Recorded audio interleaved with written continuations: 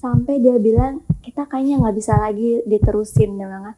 Itu gue kayak mimpi tapi ini kayaknya nyata gue, Ci. Jadi gue benar-benar jatuh banget, terus gue shock, nggak mau makan sampai kayak gitu, di titik kayak gitu, sampai mau bunuh diri juga, sampai mau bunuh diri. Lu manja, lu apa segala macam pokoknya gitu lah. Nggak mau diatur, nggak bisa diatur. Jadi kayak seakan-akan kayak gue tuh benar-benar nggak ada baiknya lah selama 9 tahun gitu. Tapi di situ gue benar-benar nyalahin keadaan, sampai gue nyalain Tuhan juga gitu kan. Gila nih, gue mau ngomong apa nih sama orang tua gue gitu kan, gue malu. Hai, welcome to my channel Angel Cherry. Jangan lupa di subscribe ya. Selamat menonton. Halo guys, kembali lagi sama aku Angel di Cicat di Sofa, di tempat dimana kalian bisa cerita apapun di sini. Bisa cerita tentang cinta, tentang hidup, tentang masa depan, tentang karir. Jadi sekarang aku udah ketemu sama Uma. Kali ini sama Uma, dan Uma akan cerita tentang toxic relationship. Uma pernah ngalamin toxic relationship ya, Ma? Bener. Iya. Toxic relationship yang Uma alamin beberapa tahun yang lalu. Betul ya, Ma? Uma pacaran berapa lama di masa itu? Dulu lama banget gue pacaran. Berapa lama? Itu kurang lebih hampir 9 tahun. Oh, lama banget ya? Iya, udah kalau KPR udah lunas ya. Terus gitu pacaran 9 tahun dan itu terjadi udah lama banget. Udah lama banget. Udah lama banget ya. Kira beberapa tahun yang lalu ya. Oke, terus gitu Uma sadar kalau di masa itu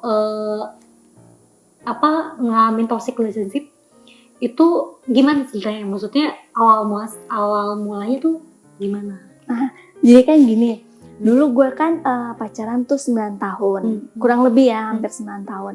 Selama itu sih gue nggak pernah, maksudnya sama yang dulu gitu kan, mantan nggak pernah ribut yang gede-gede banget, tapi ya biasa aja. Terus nggak pernah putus juga, dia juga nggak pernah putus juga gitu kan. Dia tipikal cowok yang baik lah gitu kan, yang sabar di mata gue gitu kan, sabar. Terus dia yang positif gitu, cowok yang nggak pernah main. Dia hobinya sih ya kayak olahraga gitu kan, nggak pernah yang namanya nongkrong gitu-gitu sih, nggak pernah. Nah, baik-baik banget ya. Iya. Terus segitu. Jadi dia lebih ya banyak ngajarin gue lah. Dulu gue waktu namanya masih muda ya, Ci, gue dari kuliah sih itu, dari kuliah gue nggak ngerti. Gue dulu itu manja, terus keras, egois, terus nggak mau diatur, pokoknya kayak gitu. Nah, tapi dia ini banyak ngajarin gue tuh banyak hal gitu, banyak pas kita gue lulus kuliah tuh itu kita udah sebenarnya rencananya udah mau merit gitu kan. 9 tahun tuh iya, udah mau merit gitu kan. Terus pas gue udah lulus kuliah, gue pindah ke Jakarta. Dulu gue bareng gitu kan di Bandung. Pas gue lulus kuliah, gue pindah ke Jakarta, gue kerja, dia masih di Bandung. Nah itu udah mulai agak renggang komunikasinya. Terus udah mulai ribut, sering ribut sih. Tapi di dulu suka ribut emang? Ya ribut biasa orang inilah ya, pacaran gitu ya. Ribut biasa. Cuman ya balik lagi. Cuman dia ini nggak, selama ribut itu dia nggak pernah mutusin gue tuh, nggak pernah, Ci. Jadi gue terus yang kalau minta putus gitu. Gue terus pokoknya ribut, gue yaudah kita putus aja gitu kan. Ini namanya sabar ya. Dia yang lebih nenangin gue. Terus ini kita nggak pernah marah. Sampai suatu saat pas itu dia pindah pulang kampung, dan di situ mulai makin gede lagi kita ributnya, komunikasi udah nggak sehat gitu. Tiba-tiba dia mutusin gue, nggak ada angin, nggak ada sebab gitu. Dia mutusin, shock gitu. Gue bener-bener kayak bom waktu banget. Iya, kayak bom waktu banget. Gue kayak ngerasa ketampar banget lah dia ngomong putus. Gila, selama ini dia nggak pernah mutusin gue gitu kan, nggak pernah mutusin gue. Tiba-tiba dia mutusin gue. Itu gue sampai pas hari pertama gue masih udahlah, nggak kayak ini paling ntar dia balik lagi gitu kan. Udah 9 tahun soalnya. Udahlah paling dia ntar lagi balik lagi. Tapi lama kelamaan dia bilang, ya udah lu introspeksi dulu, kita break dulu, kita sama-sama introspeksi diri. Pas udah seminggu, terus gue tanya, gue bilang kan, jadi gimana nih kita ke depannya? Sampai dia bilang, kita kayaknya nggak bisa lagi diterusin, dia bilang kan. Itu gue kayak mimpi, tapi ini kayaknya nyata ya. Itu bener gak sih itu? Bener-bener kayak runtuh gitu loh, dunia gue tuh kayak runtuh lebay. Jadi kayak bener-bener, gila gue diputusin gitu kan. gue sampai nggak sadar kerjaan gue tuh itu shock banget sih gue Ci. Jadi gue benar-benar jatuh banget, terus gue shock, nggak mau makan sampai kayak gitu, di titik kayak gitu, sampai mau bunuh diri juga, sampai mau bunuh diri. Gue nggak sampai, nggak sampai kayak ngeliat. Oh enggak, macam cuman gue nangis, kerjaan gue nangis, terus gue nggak tidur, gue sampai nggak mau makan, sampai gue yang paling parah gue berhenti kerja sampai segitunya, sampai gue berhenti kerja. Karena nggak konsen kerja. Nggak konsen, gue udah nggak bisa ngapa-ngapain, sampai bener-bener kayak ya namanya orang hubungan baik-baik aja, terus selama ini gue bahagia gitu kan, tapi tiba-tiba di luar ekspektasi gue dia berani gitu kan, berani ngakhirin hubungan kita gitu kan. Jadi gue bilang diam putus iya, gitu. diam langsung kayak gubrak. Pas itu dia tuh ngejabarin semua sikap gue Ci selama 9 tahun itu. Jadi kayak dia bener-bener iya, dia poin-poinnya lu itu keras, lu ini, lu manja, lu apa segala macam pokoknya gitu lah. Nggak mau diatur, nggak bisa diatur. Jadi kayak seakan-akan kayak gue tuh bener-bener nggak ada baiknya lah selama 9 tahun gitu. Tapi di situ gue bener-bener nyalahin keadaan, sampai gue nyalain Tuhan juga gitu kan. Gila nih, gue mau ngomong apa nih sama orang tua gue gitu kan. Gue malu gitu kan, malu. Karena Terus udah 9 tahun ya. udah 9 tahun gitu kan. Sampai dia bilang, sampai gue ngomong bilang kayak gini, gue nyalain keadaan, gue nyalain diri sendiri, gue nyalain orang gitu kan, nyalain pokoknya semuanya lah. Gue benar-benar terpuruk banget waktu itu, sampai yang tadi gue bilang gue nggak bisa ngapa-ngapain gitu. Sampai gue disemangatin sama teman-teman gue. Untungnya waktu Punya teman-teman ya. Saat itu emang di momen itu untungnya gue masih ada teman-teman gue yang nyemangatin gitu kan. Lu ngapain sih kayak gini? Lu harus bangkit gitu. Jadi ya gue berpikir di saat emang kita jatuh itu kita harus punya teman-teman yang bisa ngerangkul kita sih gitu kan, yang bisa nyemangatin kita. Iya ya. Itu gue udah bener-bener udah nggak tahu lagi. Kerjaan nggak mau makan ya, mati lah mama ya. Kita harus ada di posisi teman-teman yang positif juga gitu kan. Nah itu dia nasehatin gue, lu nggak bisa kayak gini gitu. Kalau lu terus-terus kayak gini lu bisa mati. Ya bener itu, bener-bener lu bisa mati gitu kan. Lu mau makan apa? Iya nggak makan gitu. Kerjaan nangis mulu gitu kan. Pas udah gitu udah gue mencoba, ya udah pas udah putus temen yang deketin gue juga ada gitu kan, cowok beberapa yang deketin gue putus sama dia itu penyebabnya juga salah satunya dari orang tuanya kayaknya kurang suka sama gue karena adat gitu kan. Nah kebetulan gue orang besar gitu, orang menurut dia waktu udah kita bicara soal nikah itu menurut dia ribet lah gitu, ribet tentang adat itu orang tuanya sih kayaknya kurang setuju di situ gitu. Nah pas sampai gue udah putus, gue coba menenangin diri, gue merenung gitu kan, tapi gue deket juga sama beberapa cowok gitu kan. Tapi gue nggak buka hati gue sih, cuman gue yaudah cuman have fun doang gitu kan, buat fun doang gitu. Pergi nonton, daripada nangis ya kan, daripada nangis gitu kan. Ini pergi gitu ya.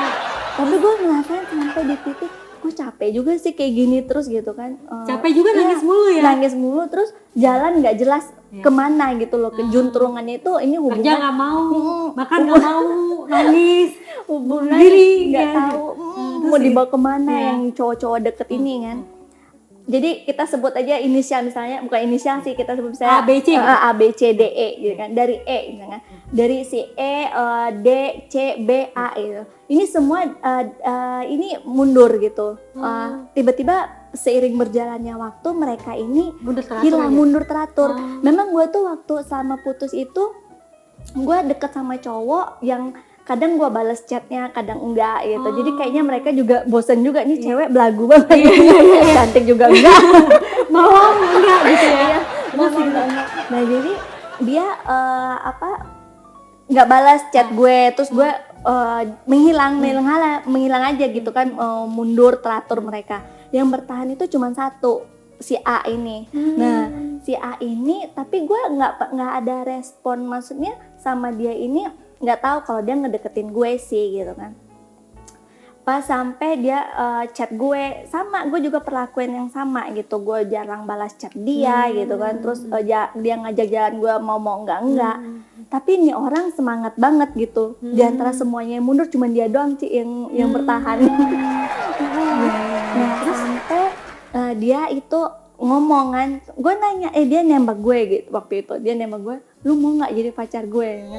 Gue bilang, nih orang beneran gak sih? Gue udah kayak trauma gitu kan, kayak Jadi trauma. dari hubungan itu, hubungan yang pernah ngalamin toxic relationship ini, Uma tuh merasa trauma banget. trauma takut tinggalkan, Takut ditinggalkan, bener banget, itu bener-bener trauma, takut ditinggalkan, takut nggak diseriusin, takut nggak diseriusin. Maksudnya gue takut berpikir dipendam aja kayak bom iya, waktu begini meledak. lagi gitu kan, bom ya. Sampai dia nanya gue, lu mau nggak jadi pacar gue? Yang gue tanya itu, gue bilang, tujuan lu pacaran sama gue apa? Nah gitu kan, mau ngapain nih ke depannya? Dia jawab, gue mau merit. Dia bilang, oh ya udah kita jalanin dulu. Lo belum kenal gue bilang gitu kan. Lo belum kenal gue juga belum kenal lo, belum kenal keluarga, kita sama-sama. Terus ya udah nggak apa-apa, kita jalanin dulu. Terus saking gue trauma banget sama yang dulu, gue tanya, ya udah lu tolong tanya sama orang tua lu, gue orang ada masalah nggak sama orang gue kayak gitu sih. Akhirnya dia nanya sama orang tuanya, suku gitu ada masalah nggak? Dia nanya sama orang tuanya, masalah nggak? Bilang ternyata nggak, karena orang tuanya tahu adat gue gimana gitu kan. Terus udah, oh nggak masalah nih, oh yaudah welcome, maju setahap nih. Terus gue bilang, gue nggak mau pacaran lama-lama, kalau lo memang bener serius, lo ketemu orang tua gue. Dia gentle dong Ci, ketemu dateng. Nah di saat gue yang bener-bener terpuruk, jatuh gitu, gue ngerasa waktu dulu kalau gue terus-terusan gak buka hati gue bakal kayak gini terus gitu. Tapi pas waktu itu gue menyadarin diri gue juga sih, gue bilang gue mencoba berpositif thinking sama Tuhan gitu kan. Dulunya sebelum itu gue yang nyalahin Tuhan, kok kayak gini sih Tuhan, apa salah gue bilang gitu kan. Terus kenapa keadaannya kayak gini, pokoknya gak ada yang bagus lah di mata gue gitu kan. Gue menyalahkan orang lain juga gitu kan, ini pasti gara-gara ini orang nih mempengaruhi mantan gue bisa berubah, sampai kayak gitu kan. Tapi sorry Ma, itu di masa itu Uma kayak ngerasa kan diputusin nih, terus Uma tuh nggak berpikir untuk memperbaiki hubungan? Gue udah mencoba. Gimana apa yang Uma lakuin di masa itu? Udah panjang Ci. Nah gue sampai nelpon dia berkali-kali, dia udah benar-benar nggak mau ngangkat telepon gue gitu, nggak mau ngangkat telepon gue. Terus dia nggak mau. Udah benar-benar nggak mau aja. Udah benar-benar nggak mau gitu. Sampai gue tuh sempet datengin dia juga sih gitu. Ke kampungnya itu. Oke, terus sampai sempet datengin dia itu. Terus akhirnya ketemu, berusaha banget gue. Maksudnya gue berusaha, ini lo gue bener-bener mau berubah gitu. Berubah, memperbaiki diri gitu kan. Tapi di situ dia bener-bener udah nggak mau lagi Ci. Akhirnya waktu gue dateng nyusul ke tempat dia itu, gue ketemu dan dia bener-bener udah nggak mau lagi sih gitu. Bener-bener udah, ya udahlah, gue berharap lu kedepannya bisa ketemu yang lebih baik gitu kan. Tapi pas ketemu itu gue lega, karena gila, masa sih hubungan 9 tahun gue putusnya lewat telepon. Iya gitu. Jadi gue harus ketemu, makanya gue ketemuin dia gitu kan. Gue pengen ketemu. Nah gue udah mencoba mempertahankan, terus gue coba ketemu dia gitu. Ketemu face to face kan lebih plong ya Ci, lebih enak. Jadi pas gue ketemu itu dia bilang, gue nggak bisa lagi, dia bilang gitu kan. Ya udah kita jalanin hidup masing-masing, gue berdoa, tapi dia positif gitu. Dia bilang, gue berdoa lu dapat yang lebih baik dari gue, bisa buat lu bahagia dan lain-lain gitu kan. Terus gue coba menerima alasan dia sih semua itu. Nah balik lagi gue bilang, ya kita dan itu terima. Iya gue udah terima. Akhirnya ya udah gue terima. Nah pas habis gue pulang balik lagi ke Jakarta, gue berpikir gitu, gue introspeksi diri gitu kan. Gue harus buka hati gue pertama gitu, sebelum gue terima yang ada cerita tentang si A tadi ini gitu. Jadi udah buka hati dulu. Gue buka dulu hati gue. Terus gue bilang, gue nggak mau lagi menyalahkan siapapun, gue lebih introspeksi diri gue gitu. Oh dulu gue kayak gini loh, gue terlalu keras, gue egois gitu, gue manja, childish dan lain-lain lah gitu. Terus ngatur apa gitu, yang mungkin nggak disukain semua cowok gitu kan. Jadi gue pas kenal sama si A ini, gue berjanji sama diri gue, nanti gue kalau ketemu laki-laki sosok yang bener gitu kan, cowok yang bener, jodoh, gue berjanji sama diri gue bakal ngelakuin hal yang nggak gue lakuin dulu gitu. Jadi ada pelajaran yang dapet ya. Jadi dengan gue putus 9 tahun itu ya memang ada hikmahnya gitu kan. Jadi ngerubah pelajaran diri lah ya, ada pelajaran gitu kan. Ada pelajaran yang gue dapat. Ya emang kita nggak bisa, yang sesuatu yang menurut kita baik belum tentu menurut Tuhan baik gitu. Ya, menurut kita baik belum tentu menurut Tuhan baik ya. Jadi yang atau sebaliknya sesuatu yang menurut kita buruk belum tentu juga buruk di mata Tuhan gitu kan. Nah jadi gue bilang pas gue deket sama si A ini, akhirnya kan yang tadi itu dia berani ketemu orang tua gue, dia akhirnya ketemu sama orang tua gue. Nah dilemanya lagi pas gue ada drama lagi ketemu orang tua gue belum tahu juga sama dia ini sosoknya dia orang mana, keluarganya gimana, gue belum tahu gitu kan. Karena orang tua gue tuh bener-bener dia harus nanya bener-bener lah ini siapa keluarganya. Ya kalau zaman dulu bilang bibit bebet bobot gitu kan. Jadi bener-bener gue nggak nanya sebelumnya suku mana gitu suku mana. Akhirnya pas dia dateng ketemu orang tua gue sebenarnya kan ada orang tua gue juga punya ada masa nggak suka sama suku tertentu ya, gitu kan. Jadi dia bukan nggak suka banget benci, cuman kalau bisa dihindarkan. Tiba-tiba lagi nih gitu. Terus gue pas kali gue tanya lu orang mana, zongnya ternyata dia dia orang suku yang nggak disukain orang tua gue. Sebenarnya orang tua gue itu pengennya gue nikah sama sesama kita juga kan, namanya orang kampung ya maunya nikah sama keluarganya juga gitu kan.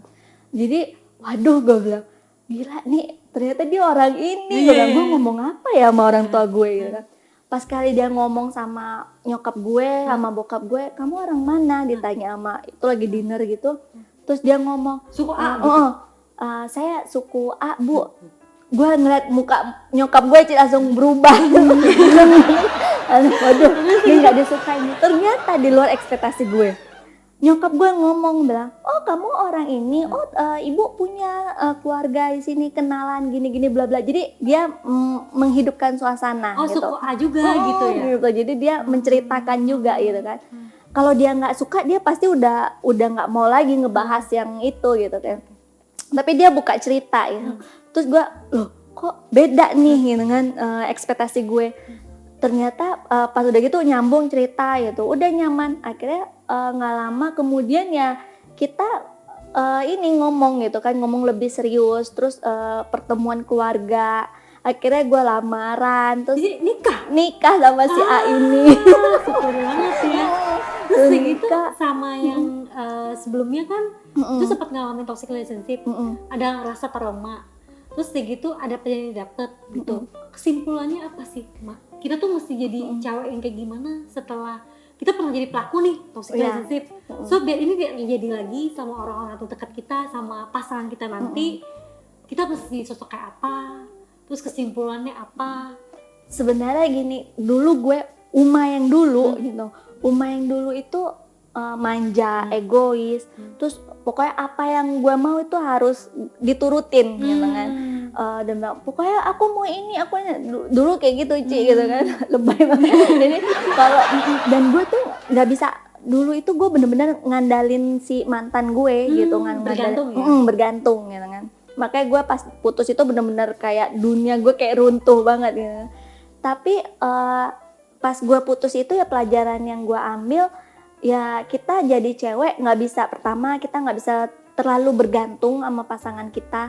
Terus bergantung kedua, soal kebahagiaan nih, kebahagiaan kita tuh jangan dibergantungin sama orang lain. Iya.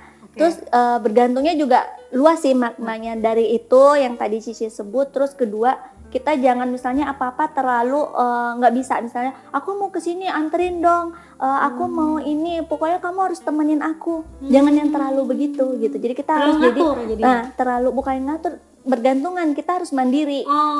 Jadi cewek harus mandiri juga guys. Harus mandiri gitu kan.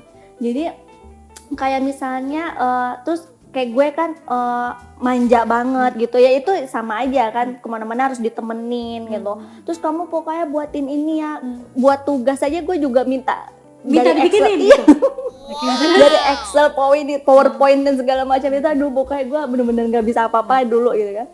Ya jadi gue pas putus itu pelajaran juga sih gitu, pelajaran buat gue ya emang kita jadi cewek yang tadi itu kan jangan tergantungan, jangan kelot manja, jangan childish gitu, jangan terlalu egois. Tapi cewek tuh sebenarnya ini ya manusiawi, udah karakternya egois yang selalu mau bener gitu. Tapi Cewek selalu benar. Jika salah balik lagi ke poin pertama ya. cuman kadar egoisnya kita turunin lah gitu, dari misalnya tinggi banget kita harus turunin gitu kan, jangan terlalu gitu. Kita terus gue juga mikir kita jangan maunya tuh menerima, tapi kita harus memberi juga. Nah dulu gue ngerasa gue itu maunya gue semuanya gitu, lu harus perhatian sama gue, lu harus manjain gue, lu harus ibaratnya tuh jadiin gue ratu banget gitu kan. Sedangkan gue nggak pernah memberi dia. Jadi gitu. harus lebih baik banyak memberi dibanding mikir nerimanya ya gitu ya. Sebenarnya bukan lebih banyak juga, kita harus balance lah gitu, take and give lah gitu. Relationship pastikan kita harus take and give gitu. Kalau yang satunya jomplang banget juga nggak bagus juga. Jadi ya memang harus seimbang, bareng balance. Nah jadi pas waktu itu ya itu gue mikir kan, gue bilang pokoknya gue harus mandiri, gue harus kalau gue nanti next gue dapet jodoh, gue nggak akan ngelakuin hal yang sama gitu. Gue harus mandiri, gue harus sedikit belajar dewasa gitu. Sampai yang tadi gue ketemu sama si A, terus dia lamar gue, itu balik lagi Ci. Nah jodoh juga nggak ada yang tahu. Jadi buat orang-orang yang ngerasa maksudnya dunianya hancur, udah jatuh banget karena putus cinta, pengen bunuh diri, dunia lu ke depannya itu lebih indah guys gitu. Dunia. Jadi nggak ada yang tahu ke depannya itu kita seperti apa, dapatnya gimana gitu kan. Cuman ya balik lagi, masa lalu itu buat kita jadi pelajaran gitu kan. Ibarat ini Ci, spion kita kita nyetir mobil nih. Kita kan harus ngelihat spion depan sama spion samping kan. Tapi kalau kita terus-terusan lihat spion yang belakang, kita nabrak dong karena kita nggak bisa lihat jalanan di depan. Nah, jadi kita hidup itu jangan ngelihat ke belakang terus gitu. Kita harus berubah jadi lebih baik, lihat ke depannya. Jadi kalau misalnya pas mungkin teman-teman ada yang ngalamin putus cinta gitu kan, pacaran lama terus tahu-tahu nggak jodohnya diambil orang kata orang sekarang. Nah kata zaman sekarang jaga jodoh orang. Jadi jangan singkat gitu loh pikirannya, jangan mau bunuh diri apa segala macam, ngancurin diri sendiri. Itu kan ngancurin diri sendiri ya, bego sih ya Ci.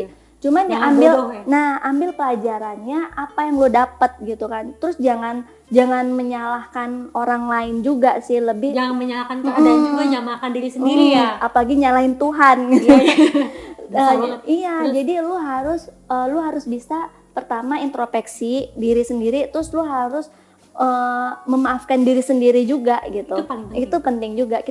Kita harus maafin diri kita juga. Jangan kenapa sih gue dulu kayak gini, itu juga nggak akan ada habisnya. Penyesalan yang datang terus itu juga nggak baik nggak baik gitu kan. Jadi gue mikir ya itu, kalau gue nanti next gue ketemu jodoh, gue harus berubah. Pas kali dia ini si A ini ngelamar gue, terus akhirnya pertemuan semuanya lancar, itu dimudahin banget. Kalau kata orang, kalau udah namanya jodoh tuh ya dilancarin, ya bener Ci, dilancarin. Yang tadi gue bilang itu nggak jodoh juga ya. Iya, yang itu yang tadi gue bilang yang masa lalu gue itu ya memang itu udah bukan jodoh gue gitu kan. Cuman dia pelajaran buat gue jadi lebih baik juga gitu. Jadi kalau nggak ada dia juga jadi lumayan sekarang ya. Gitu. Jadi ya itu dilancarin semuanya, terus akhirnya kita married gitu ya. Dan gue nggak mau terjadi hal yang dulu itu, gue nggak mau ngulang kesalahan yang sama gitu. Jadi gue sekarang lebih mencoba mandiri, dan gue lebih mencoba kasih perhatian, tunjukin ke pasangan gitu. Dulu gue tuh cuek banget Ci, gue nggak nunjukin, yang tadi gue bilang gue cuma maunya menerima gitu. Ya itu tingkat egois gue lebih tinggi dulu gitu. Jadi sekarang gue ngasih dia perhatian, gue mencoba jadi istri yang baik lah gitu. Jadi istri, walaupun gue manja, tapi gue sadar nih posisi gue sekarang tuh sebagai istri gitu. Jadi mesti belajar untuk lebih sayang sama diri kita sendiri, maafin diri kita juga, jangan nyalahin keadaan.